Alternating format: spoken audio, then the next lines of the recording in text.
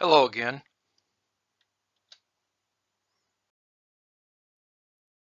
This is Math 1120 coming to you from the College Uta page, and we're going to calculate some probabilities using simulation. As always, please be an active learner as you watch this video.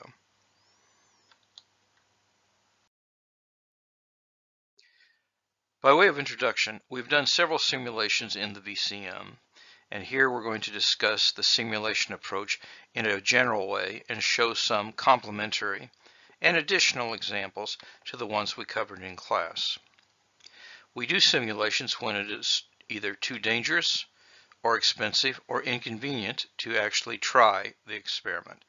For example, astronauts work many hours in flight simulators because there they can make mistakes, crash and burn, but still learn and fly again.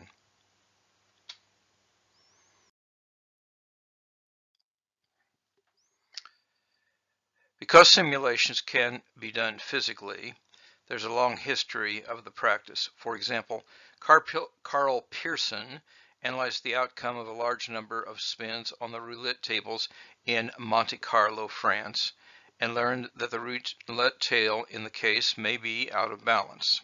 During the Second World War, researchers at Los Alamos Scientific Laboratory needed to know how far neutrons travel through various materials. John von Neumann and Stanislaus Ullmann recommended that the problem be solved by modeling the question on a computer because the equation could not be solved using theoretical calculations. Because the work was secret, von Neumann called the method Monte Carlo, and ever since then the method of simulation has been called the Monte Carlo method. Now, previously, we used the idea of simulation to model randomly flipping a coin, and we're going to do that again today, but that's a random process because the outcomes of any particular flip could not be determined ahead of time, but over the course of many flips, the law of large numbers says it converges to a specific value, 0.1. We're going to see that actually we, in fact, have general convergence to a bell-shaped curve later today. We call this proportion the probability of observing ahead. Okay, simulations can be tactile, that means actually touching things, flipping coins, and so on and so forth, or using random number generators from statistical spreadsheets like Excel may be used. And so we're going to talk about several examples to give you an idea of the simulation methods that can be used to estimate probabilities, and I also will have a low stakes assessment for you to look at doing some of this as well.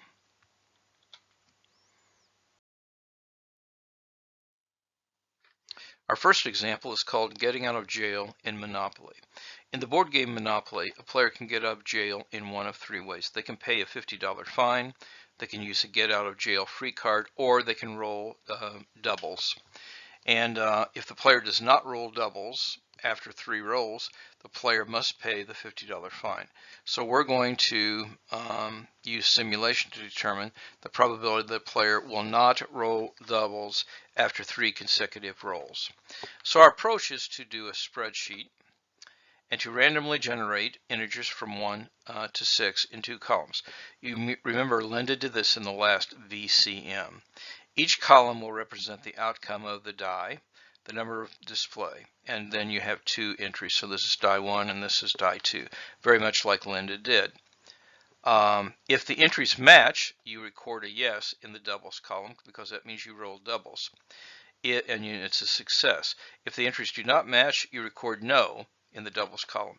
If there are 3 consecutive entries of no, then record fail in the outcomes column, and this can be done for 600 rolls as we do here. So you see, here's the picture then. This is the results from this, and remember Linda used in Excel random between 1 and 6. This is random between 1 and 6, and then she also copied and pasted these to make them into numbers rather than volatile things.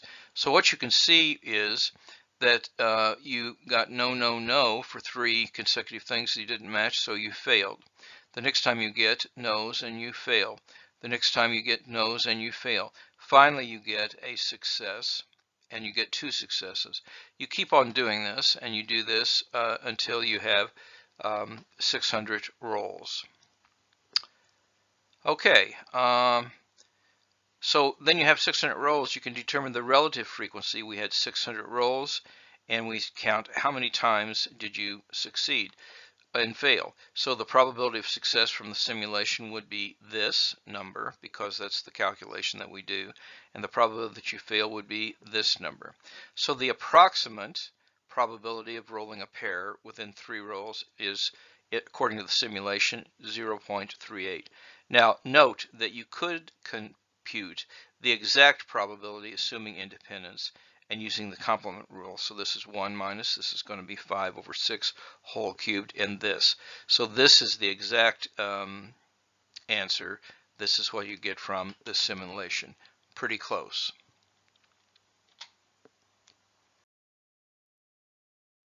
Now let's do another example, and this is a problem from your book that I'm working. So you're waiting for an outcome. Suppose you would like to estimate the number of rolls it typically takes before observing a 7 when you're rolling a pair of dice. Okay, so we're going to use a simulation to approximate this, and so we're going to go to the next page and work on this problem. Now, we are going to use what Linda used before, because you might remember this was the probability description definition that we came up with for the sum of the numbers on top of 2 die. So 2 didn't happen very often, and neither did 12. But the 7 happened more often than anything else, and that was 1 over 6. So this is the numerical distribution that Linda developed last time in the VCM, and you could look at that again. Now, we're going to use this distribution, but there is a video. This is the video I'm recommending that you look at. This video covers the technique associated with sampling in an Excel spreadsheet from a discrete probability distribution. So you see, we're going to put this into the Excel spreadsheet, and then we're going to sample from this for our rolls of dies, and we'll try to figure out how often, how many times we have to roll before we get a 7. It will be variable.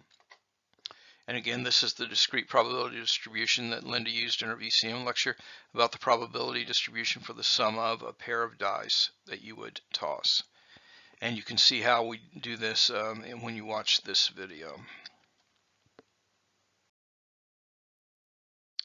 Okay, so here is Linda's distribution. And what I'm doing is I'm going to simulate this. I think there are 25 in each one of these stacks. So I'm going to start here, and I'm going to say, okay, so what happened here? And we did it, and I mean, there's however many there are. I'm not sure how many I did here, but the first time what we get is we get a 6, we get a 5, and we get a 7. That means we had to roll 3 times before we got a 7, so I put a 3 here. Now, the next time I do this experiment, you might note that I just keep going and going and going and going and going and never get a 7. And I could have gone, and eventually I would get a 7, and eventually I would get a bunch of 7s, but I never got a 7 there, so I'm putting a red mark there to say we never even got a 7 there. We go to the third thing, and we start doing it. We get 8, 3, 8, 10, 8, and then finally we get a 7. And so this is going to be 6. And then the next one we see it was 11 before we got the 7. This one was 1. Or excuse me, this one was 2, this is 1, and so on and so forth. So I'm generating these numbers down here, and I'm saying, okay, how long do I have to go? The only time that I did not get a 7 was this one. And so to use the simulation to speculate, on average, how many does it appear that we, how many do we have to roll before we get a 7?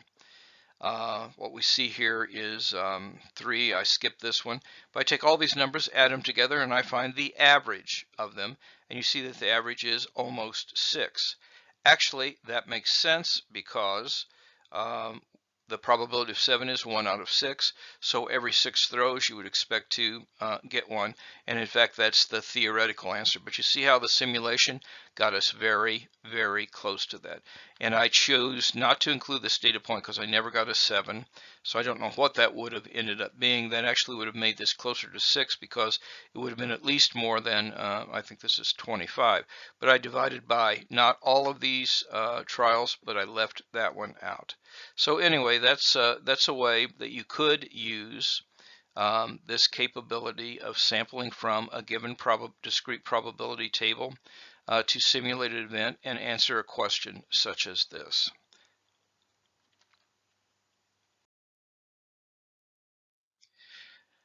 Now we're going to talk about another example, but it's a little bit similar. We have a very simple probability table. We say either you get a head or a tail. We'll take the head to be the 1 and the tail to be the 0, but the probabilities are 0.5 and 0.5. Note that there are only 2 outcomes. Later on, we're going to talk about this being a binomial distribution. So we can try things. There are 2 outcomes, and the probabilities are consistent over time, and the events are independent of each other. Later on, you're going to see that this, in fact, is the characteristic of a binomial distribution. This is very important. So now what we're going to do is we're going to use this distribution just as we talked about on the video, and we're going to use this distribution to generate the values in here. So we're going to be tossing a coin, and so we'll get heads, head, tails, tails, head, tail, tail, head, and 3, and so on and so forth. And we'll go on. Now we do this many, many times. In fact, I say toss a fair coin 100 times. How many heads do you get? So you see, I go across here and I'm tossing this fair coin 100 times. So I'm going all the way over here 100 times. And when I have tossed it 100 times, what I do is I record how many times did I get heads. And here I'm just adding up the ones, and I get 52. The next time I did it, the 100th that's going along here, I get 49, the next time 44, the next time 38, the next time 52, 51, and so on and so forth. Okay, so we did this 100 times, and we added up the number of heads. And so now what we're going to do is we're going to look at the histogram of the number of heads. So it's a histogram of these numbers. So I make the histogram, and what we see is this. So the number of heads is almost a bell-shaped curve. And I ask, what would you speculate? And what you will speculate is,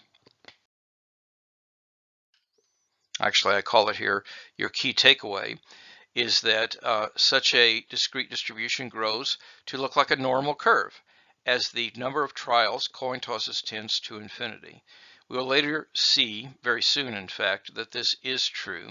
And in fact, we'll use the normal distribution to approximate the results of the discrete probability calculation. And more generally, we will see that when we consider the sampling distribution of certain statistical parameters, these tend to converge to a normal distribution as well. This very important theorem is known as the central limit theorem, and this is one of the reasons that normal distributions are so important, and this is also how we're going to be able to do the calculation of the confidence intervals that we'll talk about as kind of our final thing in the statistics portion of this course. Here's LSA 10. This is called the Monty Hall problem. The Monty Hall problem gets its name from the TV show Let's Make a Deal, hosted by Monty Hall. Now this is hosted by somebody else now, but back in the day it was hosted by Monty Hall. The scenario is such, you are given the opportunity to select one closed door of 3, and behind one of which is a prize. The other 2 doors hide goats or non-prizes. They're just kind of junk, or perhaps even nothing at all. Once you have made your selection, Monty Hall will open one of the so you picked one of the doors, door 3 for example. Then Monty Hall will open one of the remaining doors, either door 1 or door 2, revealing that does not contain the prize. So you see, now we know that the prize is either behind the door that you own or the door that you did not select. He then asks if you would like to switch your selection the other way to the unopened door, or do you want to stay with your original choice? So you have 2 choices, and here's the problem. Does it matter if you switch? I'm asking you to use simulation to check this out and determine an answer. Explain your simulation with words, and you're explaining what the words mean to you. And so this is LSA 10, and this is posted in the syllabus tab, and there's a due date on it that is before we have the midterm. In closing, now more than ever, time is precious. Each day must count. Do the math, it will make you strong. And now more than ever, take care of yourself and each other. May God bless you all.